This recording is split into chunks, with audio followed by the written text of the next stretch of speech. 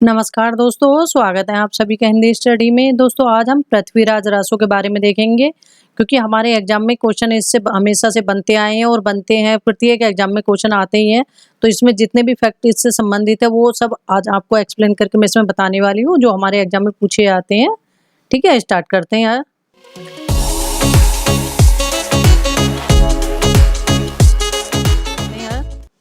पृथ्वीराज रासो, इसके लेखक कौन है? चंद्रवरदाई। दोस्तों आप मेरे चैनल पर पहली बार आए हैं तो चैनल को सब्सक्राइब कर लेना, बेल आइकन को क्लिक कर लेना, जिससे आने वाली वीडियो का नोटिफिकेशन आपको मिल सके। ठीक है, पृथ्वीराज रासो, इसके लेखक कौन है? चंद्रवरदाई है पृथ्वीराज रासो के। इसके बारे में आपको बीच बीच में बताती चलूंगी, जो इससे अलग महत्वपूर्ण तथ्य हैं तो उनको चाहे तो नोट कर लेना या सुन के याद कर लेना, जैसे भी आपको उचित लगे।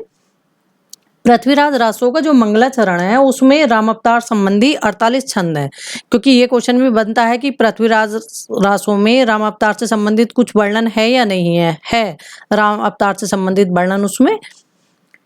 आगे देखते हैं। जन्म काल, आचार्य रामचंद्र शुक्ल के अनुसार चंद्रवरदाई का जन्म कहाँ? 1168 ईस्वी में भट्ट जाति के जगात नामक गोत्र में हुआ था। जन्म स्थान कौन सा हुआ? लाहौर। काव्य रूप, यह प्रबंध आत्मक श्रेणी के अंतर्गत आता है। महाकाव्यात्मक श्रेणी मतलब महाकाव्य है ये। पृथ्वीराज रासो कैसा काव्य है? महाकाव्य है। आचार्य रामचंद्र शुक्ल के अनुसार यह हिंदी साहित्य का सर्वप्रथम महाकाव्य है। रामचंद्र शुक्ल के अनुसार क्या है? हिंदी साहित्य का सर्वप्रथम महाकाव्य है। और चंद्रवरदाई हिंदी साहित्य के प्रथम महाकवि हैं रामचंद्र शुक्ल के अनुसार। लेकिन सबसे बड़ी बात देखो, मतलब लेखक भी महा मान रहे हैं, काव्य भी महा मान रहे हैं, लेकिन इसमें लेखक सबसे बड़ी बात यह है कि इसे जाली मानते हैं कि ये ग्रंथ पूरा का पूरा जाली है। रामचंद्र शुक्ल कहते हैं कि ये ग्रंथ पूरा जाली है, वो इसे प्रमाणिक नहीं मानते हैं। इसमें रस देख लेते हैं। रस एग्जाम में पूछे आते हैं, कौन कौन से रस हैं इसमें? तो वीर रस हैं और श्रृंगार रस हैं। प्रमुख अलंकार इसके कौन से हैं? प्रमुख अलंकार है अनुप्रास अलंकार और यमक अलंकार इसके प्रमुख अलंकार हैं। कुल श्लोकों की संख्या है इसमें 16,306। इस महाकाव्य में प्रयुक्त 16,306 पदों की रचना के लिए 68 प्रकार के छंदों का प्रयोग किया गया है, जिनमें 56 छंद का अधिक प्रयोग हुआ है। पृथ्वीराज रासो में किस छंद का सर्वाधिक प्रयोग हुआ है? तो वो हुआ है हमारा 56 छंद का। इसीलिए 56 चंद्रवरदाई का सर्वप्रिय छंद है। एग्जाम में क्वेश्चन बना है कि चंद्रवरदाई का सबसे प्रिय छंद कौन सा है? तो वो 56 छंद है। ठीक है, आगे देखते हैं। इसके अलावा इसमें दोहा, तोमर, श्रोटक, गाहा और आर्या छंदों का भी प्रयोग हुआ है। प्रमुख छंद इसका 56 है, उसके अलावा ये छंद भी इसमें प्रयोग हुए हैं। इस महाकाव्य को कुल 69 समयों में, ध्यान रखना एग्जामों में पूछा जाता है कि पृथ्वीराज रासो सर्गों में, खंडों में किस चीज में विभक्त है? तो वो किस में विभक्त है? समय में। तो कितने समय है इसमें? 69 समय है में विभाजित किया गया। सबसे बड़ा जो इसका समय है वो कौन सा है? कन्या कब्ज समय है, कनबज समय। तो सबसे बड़ा समय कौन सा है इसका? कनबज समय दोस्तों। और इसका ना मूल कथानक भी कहा जाता है इसको, जो है कनबज, इसको मूल कथानक भी कहा जाता है पृथ्वीराज रासो का, कि यह मूल कथानक है। राजस्थानी ब्रज भाषा का सम्मिलित रूप है इसमें। ब्रज भाषा का अधिक प्रयोग हुआ है इसमें। पिंगल शैली का प्रयोग हुआ है। पिंगल शैली का प्रयोग हुआ है। अगर क्वेश्चन बनता है कौन सी शैली का प्रयोग हुआ है, तो पिंगल शैली का प्रयोग हुआ है। अगर पूछा जाए इसकी भाषा कौन सी है, तो इसकी भाषा पिंगल भाषा है। ठीक है, तब अभी आप क्या लिखेंगे? पिंगल भाषा है, क्योंकि जितने रासो ग्रंथ लिखे गए हैं उनकी भाषा डिंगल ही रही है, लेकिन इसमें हम कंफ्यूज यही हो जाते हैं। ध्यान से याद करना कि इसकी भाषा पिंगली है। आमेर के चौहान राजा अणोराज के पुत्र, सोमेश्वर के पुत्र पृथ्वीराज चौहान किसके पुत्र थे? आमेर के चौहान राजा अणोराज के पुत्र सोमेश्वर के पुत्र थे। नायक कैसे नायक हैं पृथ्वीराज? ये धीरोदात्त नायक है। नायिका कन्नौज के राजा जयचंद की पुत्री है। 2016 के टीजीटी के एग्जाम में पूछा जा चुका है। पृथ्वीराज रासो की नायिका कौन है? तो पृथ्वीराज रासो की नायिका कौन है? संयुक्ता है। नायिका कैसी है? मुग्धा नायिका है ये संयुक्ता। इस ग्रंथ की सर्वप्रथम जानकारी कर्नल टोड ने अपने ग्रंथ एनाल्स एंड एंटीक्वीज्ड ऑफ राजस्थान में प्रदान की थी। उन्होंने इसके एक भाग को सांगोपता नेम के नाम से प्रकाशित कराया था। किस नाम से प्रकाशित कराया था? कर्नल टोड ने ये कराया था सांगोपता नेम से। और जो इसका सर्वप्रथम प्रकाशन करवाया था पूरे का, वो करवाया था, जैसे एग्जाम में पूछा जाता है पृथ्वीराज रासो का सर्वप्रथम प्रकाशन किसने करवाया था? तो चार्ल्स इलियट ने प्रकाशित करवाया था इसे। इस रचना के कुछ पद पुरातन प्रबंध संग्रह में प्राप्त हैं। कहाँ प्राप्त हैं? पुरातन संग्रह में प्राप्त हैं, जिससे इस ग्रंथ की प्राचीनता प्रमाणिकता होती है। कयामास वध प्रसंग इसी ग्रंथ में है। ये एग्जाम में पूछा गया क्वेश्चन है, टीजीटी पीजीटी में ही आया था शायद किसी बार, ये कि कयामास वध जो प्रसंग है वो किस में है? तो इसमें पृथ्वीराज रासो और भी दे रखे थे ऐसी ग्रंथ, तो ये किस में है? पृथ्वीराज रासो का है। आचार्य शुक्ल, डॉक्टर नगेंद्र, श्री हरप्रसाद शास्त्री आदि इतिहासकारों के अनुसार इस ग्रंथ का उत्तरार्ध भाग चंद्रबरदाई के पुत्र जल्लड़ द्वारा पूरा किया गया था। जो पृथ्वीराज रासो है इसका पहला भाग तो चंद्रबरदाई ने लिखा था, और जो इसका उत्तरार्ध भाग लास्ट वाला भाग है वो इनके पुत्र जल्लड़ ने पूरा किया था। तो ये क्वेश्चन भी एग्जाम में आया है कि इसके जो पृथ्वीराज रासो का उत्तरार्ध भाग किसने पूरा किया था? तो वो जल्लड़ ने पूरा किया था। ये उक्ति भी प्रसिद्ध है इसी के बारे में कि यह पुस्तक जल्लड़ हत दे चली गज्जन नृपकाज। आचार्य हजारी प्रसाद द्विवेदी ने इस रचना को क्या कहा है? सुख सुखी संवाद कहा है। आचार्य हजारी प्रसाद द्विवेदी जी ने इसे क्या कहा है कि ये क्या है? एक सुख सुखी संवाद है। सुख सुखी संवाद का मतलब एक मेल तोता एक फीमेल तोता जैसे बात करते हैं, इस तरह से ये लिखा हुआ है। इस रचना को प्रामाणिकता के संबंध में नीति मत है कि इसकी प्रामाणिकता के संबंध में कितने मत हैं? 3 मत हैं। एक तो मानते हैं इसको प्रमाणिक, एक मानते हैं अर्ध प्रमाणिक, एक मानते हैं अप्रमाणिक कि ये बिल्कुल प्रमाणिक है ही नहीं। कुछ मानते हैं कि ये थोड़ा प्रमाणिक है, एक मानते हैं कि ये प्रमाणिक है। ठीक है, तो इसके 3 हैं मत जो इसको मानते हैं कि ये प्रमाणिक है, नहीं है या है। उन्हें देख लेते हैं, क्योंकि इससे क्वेश्चन हमेशा बनते हैं कि कौन इसे प्रमाणिक मानते हैं, कौन इसे प्रमाणिक नहीं मानते हैं। तो ये क्वेश्चन हमेशा से बने हैं, तो ध्यान से देखना है इसको। अप्रमाणिक मानने वाले इतिहासकार, तो अप्रमाणिक मानने वाले इतिहासकार कौन है? जो एग्जाम में आ चुके हैं वो आपको बता दूं मैं। तो इसमें है राय बहादुर पंडित गौरीशंकर हीराचंद ओझा। तो इनका एग्जाम में केवल नाम इतना ही दे रखा था, गौरीशंकर हीराचंद ओझा। कविराज मुरारीदास एवं श्यामल, कविराज मुरारीदास एवं श्यामल दास ये अप्रमाणिक मानने वालों में है। और मुंशी देवी प्रसाद, तीसरे कौन से हो गए? मुंशी देवी प्रसाद। और चौथे हैं हमारे आचार्य रामचंद्र शुक्ल। आचार्य रामचंद्र शुक्ल को ने तो कहा ही है कि ये पूरा का पूरा ग्रंथ क्या है? एक जाली ग्रंथ है।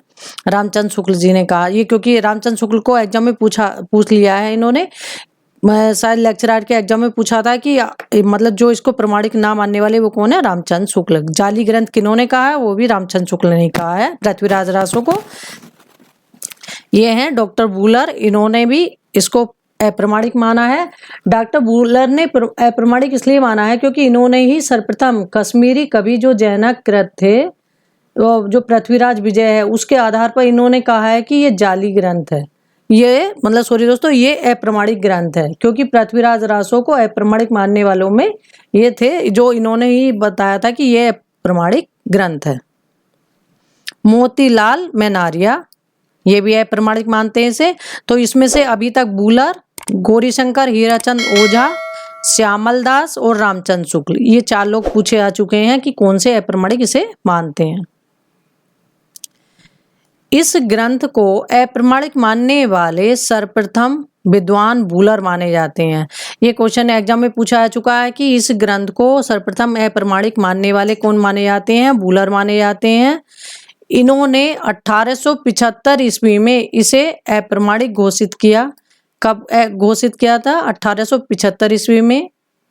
आचार्य शुक्ल के अनुसार ये पूरा ग्रंथ जाली है, वो बता चुकी हूं मैं आपको। आगे देखते हैं।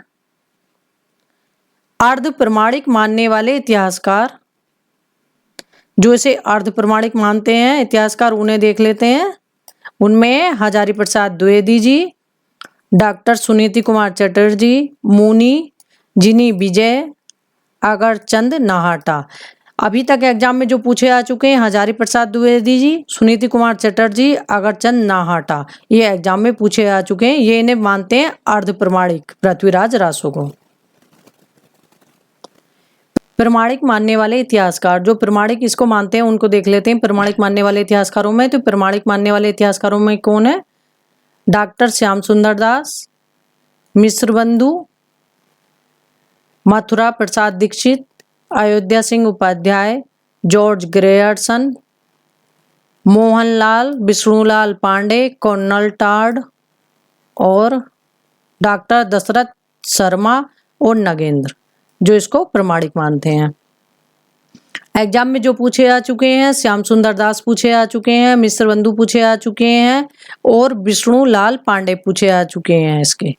तो इसमें ये पूछे आ चुके हैं कि कौन इसको प्रमाणिक मानते हैं।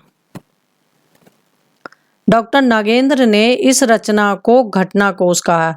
पृथ्वीराज रासो को घटनाकोश किसने कहा है? पृथ्वीराज रासो को घटनाकोश कहा है डॉक्टर नागेंद्र ने। पृथ्वीराज रासो रचना की हस्तलिखित प्रतियों के निम्न 4 रूपांतरण प्राप्त हैं। कितने रूपांतरण प्राप्त हैं? 4।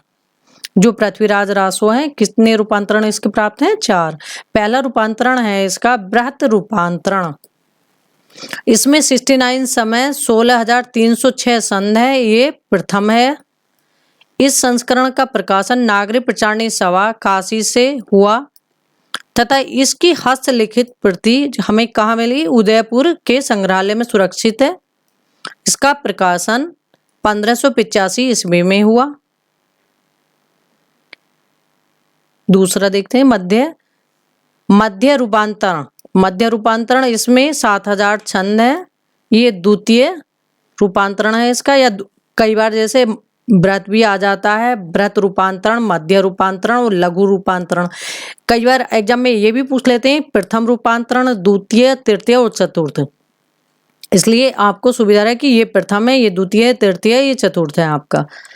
इसका प्रकाशन अभी तक नहीं हुआ है। इसकी हस्तलिखित प्रतियां अबोहर व बीकानेर में सुरक्षित है। ये 17वीं शताब्दी में लिखित मानी जाती है। लघु रूपांतरण, इसमें 19 समय है, 3500 छंद है, ये तृतीय है। इसकी हस्तलिखित प्रति भी बीकानेर में सुरक्षित है। लघुत्तम रूपांतरण, जो लघुत्तम रूपांतरण है वो कौन सा है? चतुर्थ है, इसमें 1300 छंद है।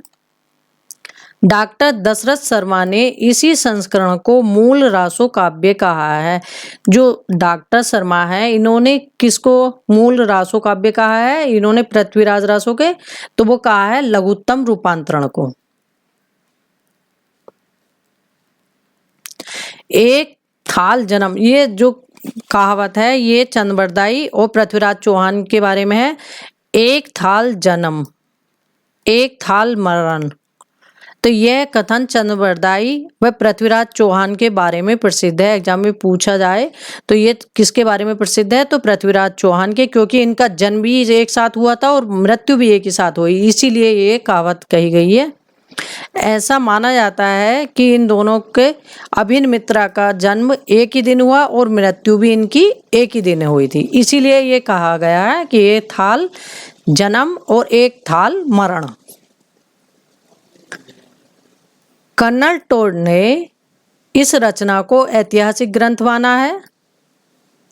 चंद्रबरदाई दिल्ली के अंतिम हिंदू सम्राट पृथ्वीराज चौहान के सामंत व प्रसिद्ध राजकवि थे। चंद्रबरदाई कौन थे? पृथ्वीराज चौहान के क्या थे? प्रसिद्ध राजकवि। बाबू गुलाब राय ने इस रचना को स्वाभाविक विकासशील महाकाव्य पुकारा है। पृथ्वीराज रासो को स्वाभाविक विकासशील महाकाव्य किसने पुकारा है? बाबू गुलाब राय ने पुकारा है। बाबू श्याम सुंदर दास व उदय नारायण तिवारी ने विशाल वीर काव्य माना है। पृथ्वीराज रासो को विशाल वीर काव्य किसने माना है? बाबू श्याम सुंदर दास व उदय नारायण तिवारी ने इसे माना है। दोस्तों, इसे पृथ्वीराज रासो को छंदों का अजायब घर भी कहा जाता है, क्योंकि इसमें छंदों का प्रयोग बहुत अधिक मात्रा में हुआ है। और सबसे पहले जो छंदों का अजायब घर कहा गया पृथ्वीराज रासो को ही कहा गया। कंफ्यूज मत होना, क्योंकि ऑप्शन में अगर रामचंद्रिका नहीं हो, क्योंकि रामचंद्रिका को भी छंदों का अजायब घर कहा जाता है, तो अगर ऑप्शन में पृथ्वीराज रासो हो, रामचंद्रिका हो, तब रामचंद्रिका सही है। रामचंद्रिका नहीं आई कई बार एग्जाम में, क्योंकि पृथ्वीराज भी पूछा चुका है एग्जाम में, तो पृथ्वीराज रासो पे टिक लगाना, ठीक है, क्योंकि पृथ्वीराज रासो को भी छंदों का अजायब घर कहा जाता है। और जो बच्चन सिंह है, इन्होंने इसे क्या कहा है? बच्चन सिंह ने इसे क्या कहा है? राजनैतिक महाकाव्यात्मक त्रसदी है ये पृथ्वीराज रासो। कैसे है कि राजनैतिक महाकाव्यात्मक त्रसदी है, ठीक है दोस्तों। ये और इससे संबंधित एक दो बात जो थी मैं आपको बता चुकी हूँ। एक और है जो इससे पूछी जाती, वो है इसमें कि विनय मंगल नामक खंड किसमें है? तो विनय मंगल नामक खंड वो किसमें है? पृथ्वीराज रासो में। दोस्तों, आदिकाल की मैं वीडियो डाल चुकी हूँ, उसमें इसके बारे में बता चुकी हूँ पहले, लेकिन संक्षेप जो उसमें संक्षेप में था, तो विस्तार से कुछ चीजें रह रही थी, वो आपकी इसमें कंप्लीट हो गई, क्योंकि इससे क्वेश्चन एक दो एग्जाम में बनते हैं जो हमें पता होना चाहिए। सबसे महत्वपूर्ण है जो इसकी नायिका पूछी जाती है, इसमें समय पूछे जाते हैं जो अब तक ज्यादातर पूछे गए हैं, और जो इसको प्रमाणिक अर्ध प्रमाणिक मानने वाले, ये चीजें इसके बारे में ज्यादातर पूछी जा चुकी हैं अभी तक एग्जाम में, ठीक है। थैंक यू दोस्तों मेरी वीडियो देखने के लिए।